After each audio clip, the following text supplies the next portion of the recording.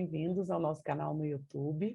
Meu nome é Renata Barros, estou aqui com o nosso querido amigo Juracy de Abreu, trabalhador do CEAL no Guará.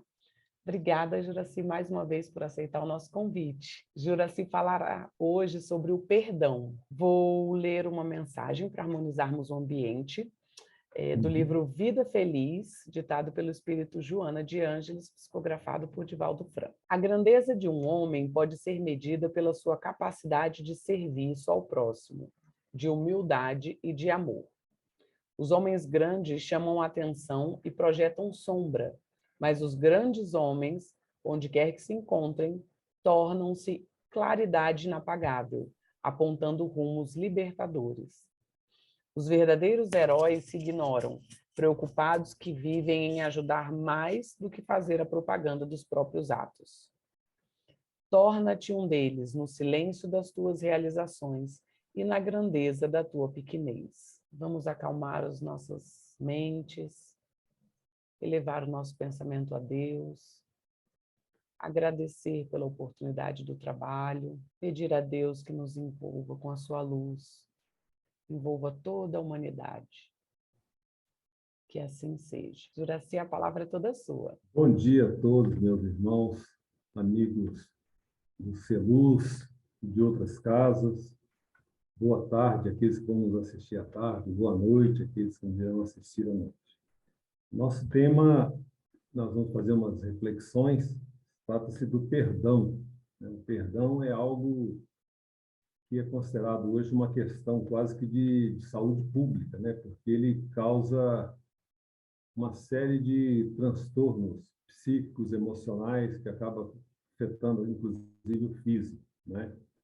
E a gente começa falando, assim, rapidamente, o que significa perdão no dicionário, né? Porque é importante a gente aliar as duas coisas, né? No dicionário está escrito que é um processo mental, espiritual, de cessar o sentimento de ressentimento ou raiva contra uma pessoa, contra si mesmo. Por que si mesmo? Né? Porque às vezes nós cometemos uns erros também e nós começamos a nos culpar. E às vezes é até difícil a gente se perdoar disso. Né? Então, é também no dicionário cessar a exigência de castigo, né? Ou de restituição, porque às vezes a gente também quer se vingar, né? Então, perdão é a gente abrir mão de tudo isso, não é? E Jesus nos deixou a oração do Pai Nosso, né? Lá em Mateus 6, 9, 13, e ele diz que perdoa as nossas ofensas, assim como perdoamos aqueles que nos ofendem. Então, ele nos coloca em situação de igualdade, quer dizer, nós ofendemos as pessoas e as pessoas nos ofendem, ou seja, estamos todos, né, no mesmo, vamos dizer, no mesmo nível, não é? E podemos dizer que uma das maiores dificuldades do ser humano é o perdão das ofensas, né? Por que isso? Talvez porque nós tenhamos ainda velhos sentimentos, né, de orgulho, de egoísmo e de personalismo, né? Então, quando alguém nos ofende, nós nos sentimos, de alguma forma, né, abalados nessa situação. Nosso orgulho pessoal faz-nos crer que nós temos que reagir para que a gente possa seguir em frente, né?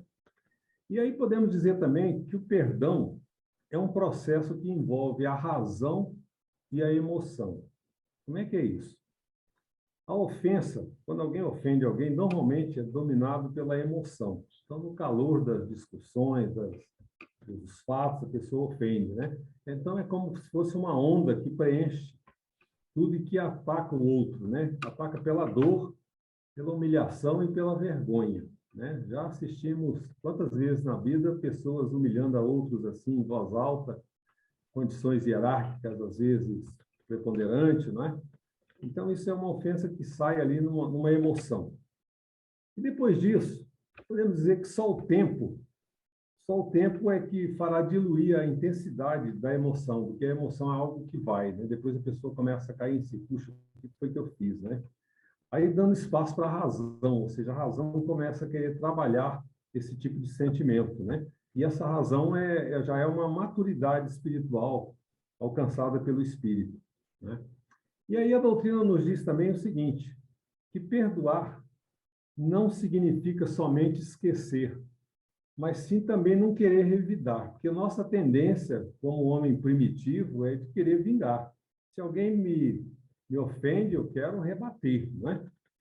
Sobre esse assunto, Emmanuel, no livro Consolador, na questão 340, ele traz algumas considerações importantes.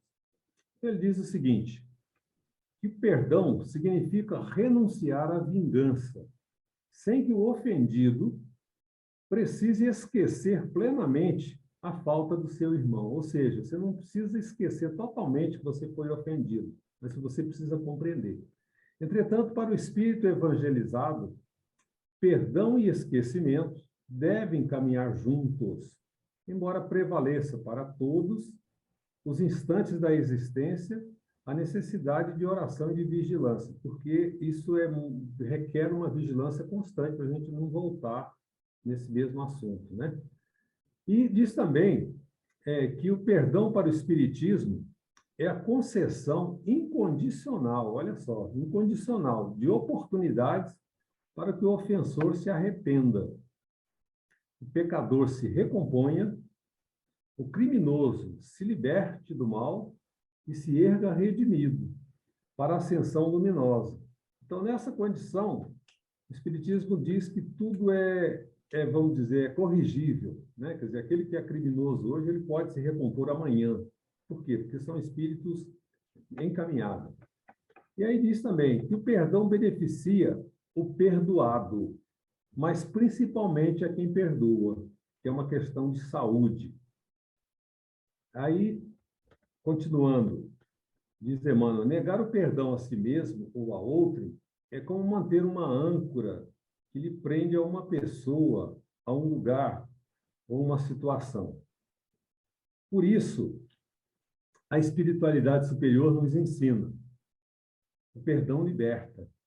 Liberta o ódio, da tristeza, da vingança e da mágoa. O perdão é uma terapia que previne e ajuda na manutenção de doenças.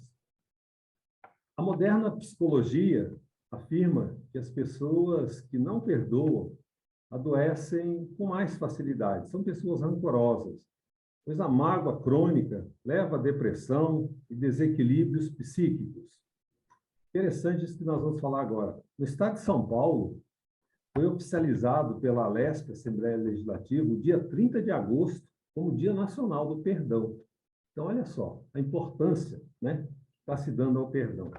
A norma foi estabelecida numa lei de número 17.361, do ano 2021, de autoria do deputado Tenente Nascimento, e foi sancionada na quarta-feira, 14 de abril, né, de 2021, pelo governador de São Paulo. E aí algumas perguntas foram feitas ao autor desse projeto, né? Então, de acordo com o autor, ela atende um pedido da comunidade judaica e cristã como um todo. Diz ele que no Brasil, os judeus consideram um período de 10 dias entre o Rosh Hashanah e o Yom Kippur um tempo de arrependimento e de consagração a Deus. Então, eles dizem que esse é um tempo de buscar a paz com todos, tempo de reconciliação com Deus e com o próximo. E aí se pergunta, por que motivo, então, criar uma data criar uma data para o perdão? Qual é o motivo disso? O que está por trás disso, né? Então, pode-se dizer que há alguns motivos, vários motivos, né? O mais importante é incentivar as pessoas a se libertarem de algo ruim, de uma lembrança negativa que pode travar a vida e deixar a pessoa doente, como nós já falamos. Vou contar uma historinha aqui para a gente refletir sobre isso. Conta-se que 2 soldados foram capturados pelos adversários numa guerra. Eles ficaram lá muito tempo na prisão, vamos dizer, de prisioneiros de guerra, e eles sofreram lá muitos flagelos, né? Claro, típico de uma guerra. E aí eles voltaram para seus países e foram tocar as suas vidas e marcaram um encontro 30 anos depois daquela libertação, né? E aí, entre 2 soldados, ex-soldados, quer dizer, travou-se o seguinte diálogo, né?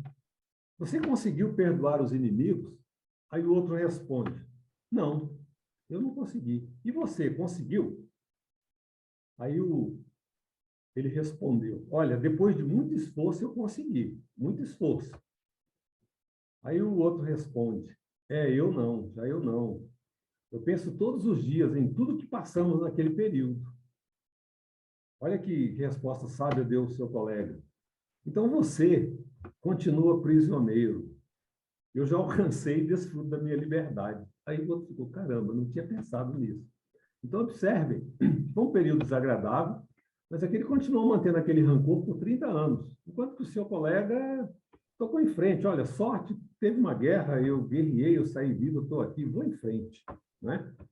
E aí tem uma frase aqui atribuída ao Shakespeare que diz o seguinte, que guardar ressentimento é como tomar veneno e esperar que a outra pessoa morra.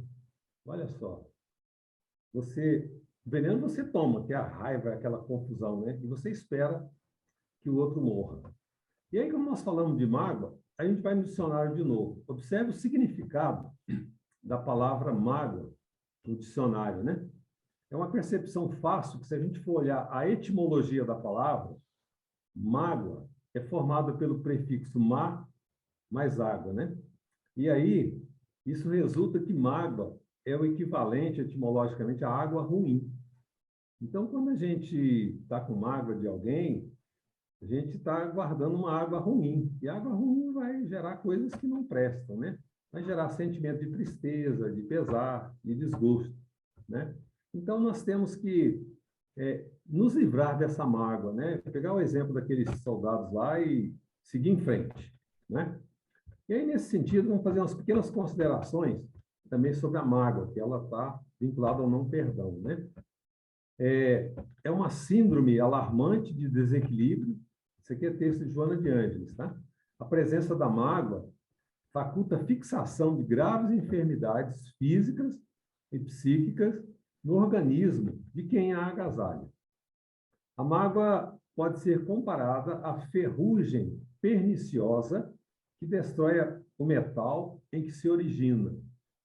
Normalmente, ela se instala nos redutos do amor próprio, né? Que nós sentimos ofendidos, porque nós achamos que nós somos superiores, e paulatinamente se desdobra em seguro processo enfermiço, que termina por vitimar o hospedeiro. Quer dizer, quem hospeda água ruim, quem hospeda coisas, né?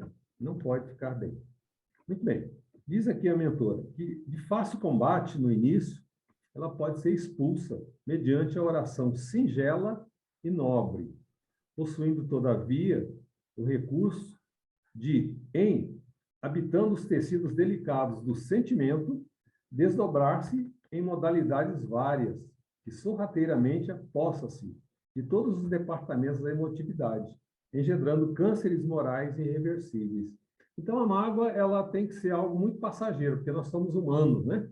Estamos magoados, nós vamos ser racionais. O Espiritismo nos convida à fé raciocinada. Então, vamos pensar direito. O que vai adiantar eu ficar com essa mágoa, né? Já passou, tem que ir em frente, né? Ao seu lado, diz a autora, instala-se quase sempre a aversão que estimula o ódio, etapa grave do processo destrutivo.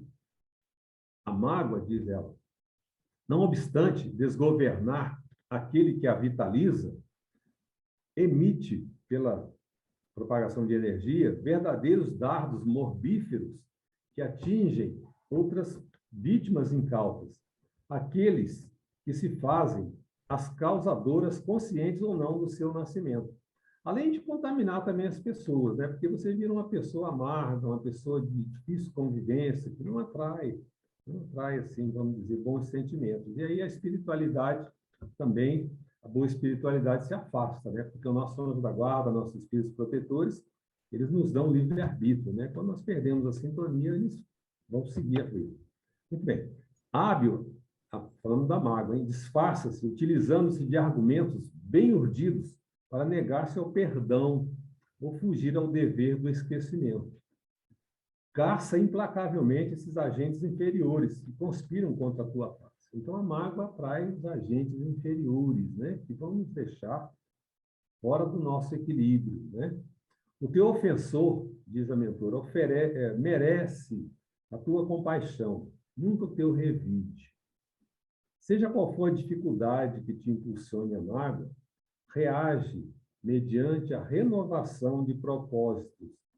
Não valorize as ofensas, nem considerando os ofensores. Né? Então, é um texto para nos trazer a razão de não mantermos mágoas, né? Que isso não vai nos trazer nenhum proveito. Né? E aí, buscando o Evangelho segundo o Espiritismo, que é o nosso propósito, né? Que é a nossa bula, o nosso medicamento do dia a dia, aí ele coloca aqui, é um espírito protetor, coloca a seguinte mensagem, que a causa do ressentimento que nós temos, né, das ofensas, ele diz o seguinte, que o orgulho vos induz a julgar-vos mais do que sois, a não suportardes uma comparação que vos possa rebaixar, a vos considerardes tão acima dos vossos irmãos, que o menor paralelo vos irrita e vos aborrece. Então, a mágoa, às vezes, esse ressentimento, muitas vezes, é pelo nosso orgulho, né? Porque nós nos julgamos acima dos outros, não é? E isso faz com que nós tenhamos esse ressentimento, nós nos sentimos desprestigiados. E aí, podemos dizer que, quando Jesus disse, vai te reconciliar primeiro com teu irmão, e depois virás trazer a tua oferta, ele ensinou que o sacrifício mais agradável ao Senhor é dos próprios ressentimentos. Ou seja, isso é muito mais isso é muito mais nobre, né, do que levar uma oferenda. Então, antes de levar uma oferenda a Deus, conserta os seus ressentimentos. Se você tem mágoa, não é? Tenta se livrar dessa mágoa. E aí, continuando no Evangelho. Se perdoardes aos homens as ofensas que vos fazem, também vosso Pai Celestial vos perdoará os vossos pecados. Mas se não perdoardes aos homens, tampouco vosso Pai vos perdoará os vossos pecados. Então, observe que nós queremos tudo para nós, né? Mas nós não queremos oferecer a contrapartida. Né? A passagem do Evangelho tem uma passagem que diz que uma pessoa devia, vamos dizer, R$ 100 lá para um poderoso, e foi lá, pediu clemência, e ele considerou aquilo, né? Depois, uma outra pessoa mais humilde devia para ele lá cinco moedas, e ele não teve complacência, ele foi lá e executou, né? Aí o dono da dívida maior mandou prendê-lo e levar para o cativeiro, porque afinal, só o perdão a ele, o outro não merece também. Então, é assim a nossa relação com Deus, né? Então, para nós obtermos o perdão, nós temos que aprender a perdoar os outros também. Considerar que o outro também é falho como nós. O outro também tem seus momentos de emoção, às vezes descontrolada, e nos ofende. Nós não somos, nós todos estamos nesse mundo, porque nós estamos no mundo de provas e expiações. Em geral, nós estamos aí no mesmo nível, né? A não ser alguns excepcionais que vêm nos ajudar.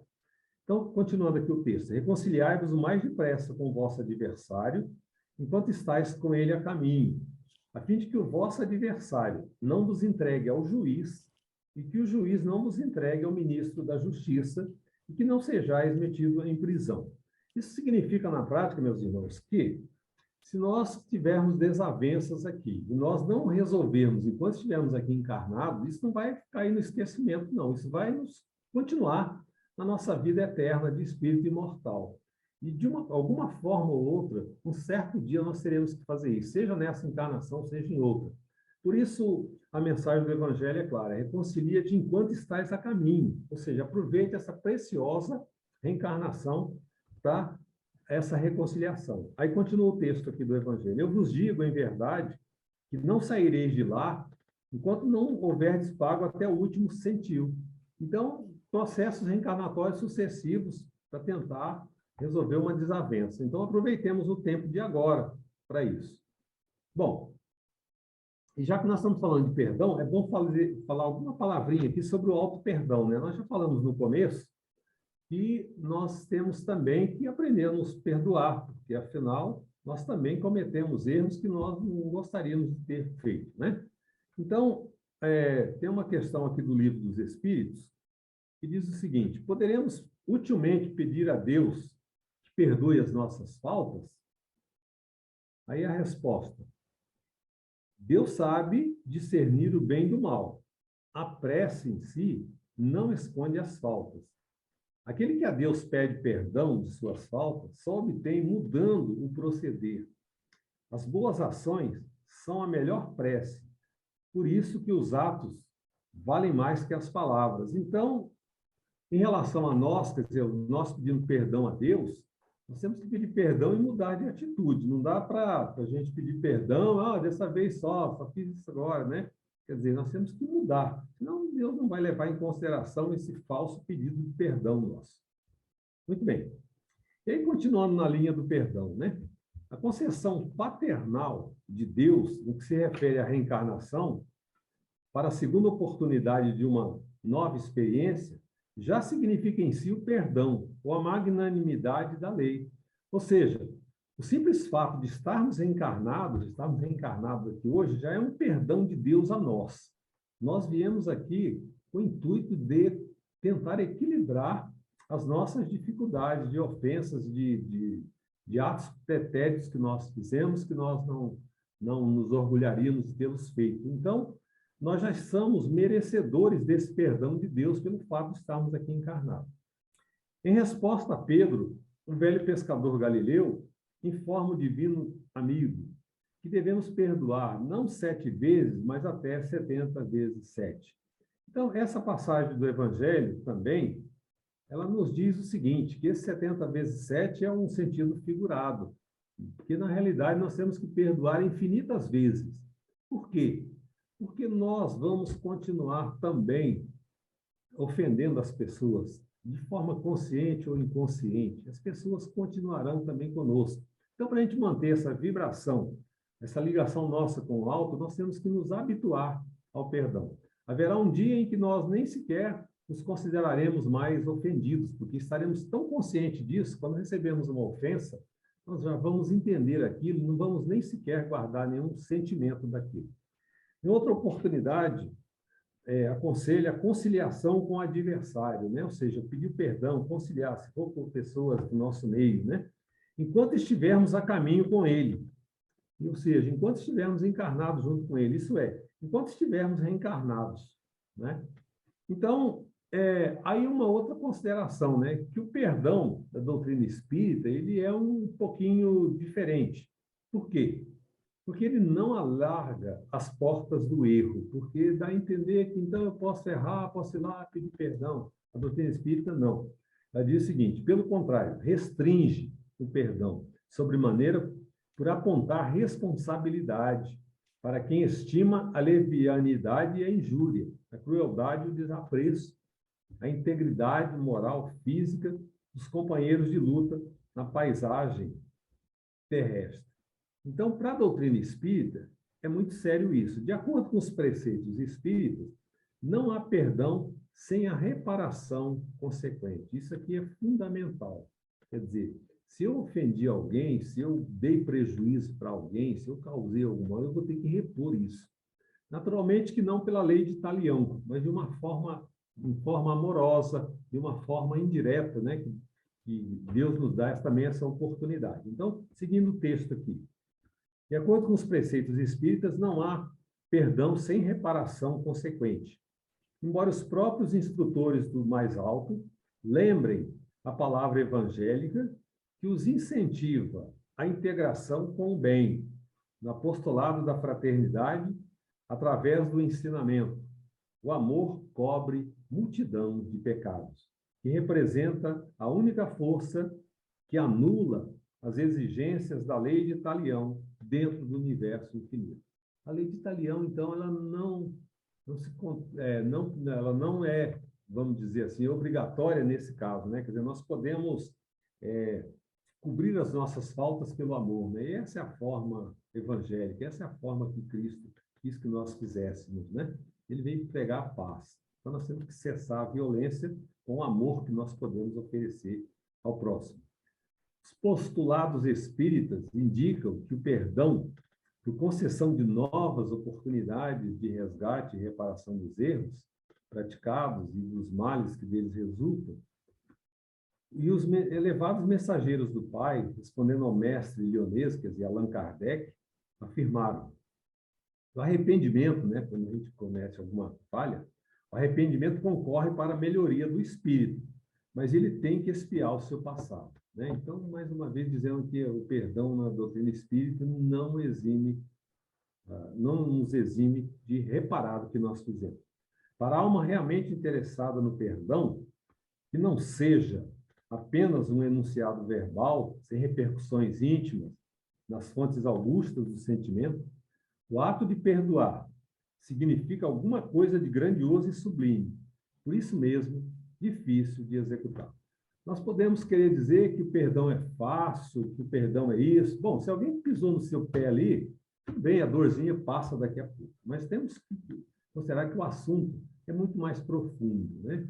Se fosse assim, Jesus não teria dito que nós teríamos que perdoar infinitas vezes, né? Imagine alguém que tem um parente ou um ente querido vitimado por um crime, por um acidente, por alguma coisa de imperícia de alguém, né? Então, são coisas profundas que tocam a alma, né? Então, não podemos querer simplificar o perdão como uma coisa fácil de alcançar, né? Se fosse assim, nós estaríamos todos já em espíritos de luz. E, mais uma vez, a gente diz que o perdão cura a alma, né? Não há perdão real, continua aqui o texto, legítimo e definitivo e evangélico doutrinário, quando o ofendido não se inclina a ajudar o ofensor, a servi-lo cristamente, a socorrê-lo nas necessidades de qualquer natureza, se preciso. As verdadeiras características do perdão com Jesus, apregoadas pelo Espiritismo, são realmente singulares e difíceis. Quais são essas características? Primeiro, o esquecimento do mal recebido. Não nos regozijarmos com os insucessos do ofensor. Esse é um vício nosso, né? Quando alguém nos ofende, a gente fala, puxa, tomara que dê errado as coisas com ele, né? Isso é intuitivo, então nós temos que combater isso. Auxiliarmos discretamente, sempre que possível, o adversário. Usarmos de delicadeza sincera no trato com os que nos magoaram o coração ou feriram de sensibilidade, né? Ou seja, não é aquela delicadeza falsa, mas alguma coisa sincera. Se não for possível, pelo menos que seja neutro, né? Como se observa, o perdoar, segundo o Espiritismo, não é problema resolver por meio de afirmativas apressadas, sem uma reflexão interior, né? E aí umas pequenas considerações, já no nosso final aqui, sobre a desvantagem de não perdoar, né? Se esse perdão é uma necessidade, não perdoar traz algumas desvantagens que elas por si só já nos afastam dessa possibilidade.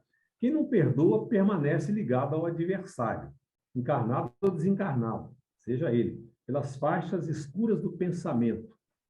Quem não perdoa, insistindo na mágoa raivosa, permite que se estabeleça entre a sua mente e o adversário uma ponte magnética, através da qual circulam, em regime de vai e vem, idas e voltas, consecutivas as vibrações de ódio e de vingança. A alma que não perdoa, retendo o mal consigo, assemelha-se a um vaso cheio de lama e de fel. Quem não perdoa, transfere para amanhã, noutras existências, em qualquer parte do universo limitada, os dolorosos reajustes que bem se poderiam extinguir na presente encarnação. Olha que bonito. Quem não perdoa, carrega consigo um extracorpóreo, a sombra do remorso. Então, meus irmãos, pela exiguidade do tempo, nós já estamos finalizando esse nosso bate-papo e vamos concluir com um texto de Chico Xavier, aliás, de Emmanuel, psicografia de Chico Xavier, que diz o seguinte: diante da desilusão recolhida, do comportamento de alguém, coloca-te no lugar desse alguém, observando se conseguirias agir de outra forma nas mesmas circunstâncias. Olha que bonito. Coloque-se no lugar dele. Imagina o que está se passando com ele. Será que você, passando por aquela situação, agiria de outra forma? Capacitemo-nos de que condenar o companheiro que erra é agravar a infelicidade de quem já se vê suficientemente infeliz. Ou seja, o ofensor já está infeliz. Se você ainda coloca mais lenha na fogueira, fica pior. Revide de qualquer procedência, mesmo quando se enquiste unicamente na mágoa individual e manifesta, não resolve problema algum. Revidar não resolve.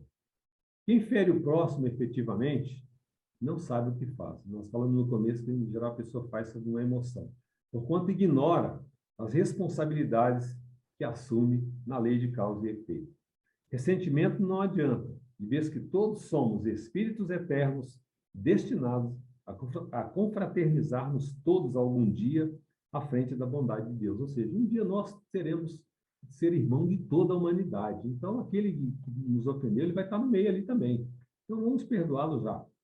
Desculpar as ofensas e esquecê-las é livrar-se de perturbação e doença, permanecendo acima de qualquer sombra que se nos enderece na vida. Razão porque, em nosso próprio benefício, advertiu-nos Jesus de que se deve perdoar qualquer falta, não apenas 7, mas 70 vezes 7. Então, meus irmãos, muito obrigado pela atenção. A gente espera que tenha colaborado com algumas reflexões simples para que a gente possa pensar no tema. Muito obrigado, então. Que Deus permaneça com isso. Que assim seja. Obrigada, Juraci. Com certeza, né, considerações importantíssimas para as nossas vidas, né? O perdão é tão importante para a nossa evolução, né? Para a caminhada que nós temos. E como é difícil perdoar, né? Eu encontrei aqui Vira e mexe eu vejo na internet, né, essa frase, e eu queria ler para vocês aqui. Serve como tudo, né? Ele fala de uma crítica, mas serve como uma ofensa, serve como uma situação, né? Por que você guarda uma crítica que recebeu 4 anos atrás e ignora um elogio que recebeu ontem? Qual esse solo fértil que essa crítica encontrou dentro de você para criar raízes? Então, serve como uma crítica, uma situação, uma perda, enfim. Que solo fértil foi esse, né, encontrado em nós, que não conseguimos perdoar? Então, vale a reflexão também, né? Você poderia fazer a nossa oração final, Juraci? Ok? Podemos sim. Obrigada. Ok. Então, meus irmãos, vamos elevar o nosso pensamento a Deus, nosso Pai. Vamos agradecer a oportunidade de estarmos aqui encarnados nesse mundo de provas e expiações, né? Caminhada conjunta com companheiros de existências passadas, e que essa caminhada seja proveitosa para o nosso crescimento, que possamos eliminar todos os sentimentos possíveis para que possamos, quando voltarmos à pátria espiritual, sermos seres melhores, melhores do que chegamos, em melhores condições de aspirar novos voos, né, na eternidade do Espírito. Lembremos-nos, nesse momento, daquelas pessoas que queremos ajudar, se possível, de alguns que temos algum ressentimento. Vamos mandar a eles a nossa mensagem de paz e de vontade de reconciliação, que os bons espíritos possam inspirar a todos eles. E obrigado pela vida, obrigado a Deus também por essas tecnologias que nos unem de forma solidária em locais distantes, todos os lugares do planeta, todos aqueles que trabalharam para essas tecnologias também, o nosso agradecimento, aqueles que deram às vezes até suas vidas por esse trabalho. Então, obrigado, Deus, por tudo, que a paz permaneça conosco. Muito obrigado. Hoje sim. Que assim seja. Muito obrigada, Juraci, mais uma vez pelas suas contribuições, e até uma próxima oportunidade. Né? Obrigado. Obrigada. E obrigada a todos pela companhia no dia de hoje, e até a próxima.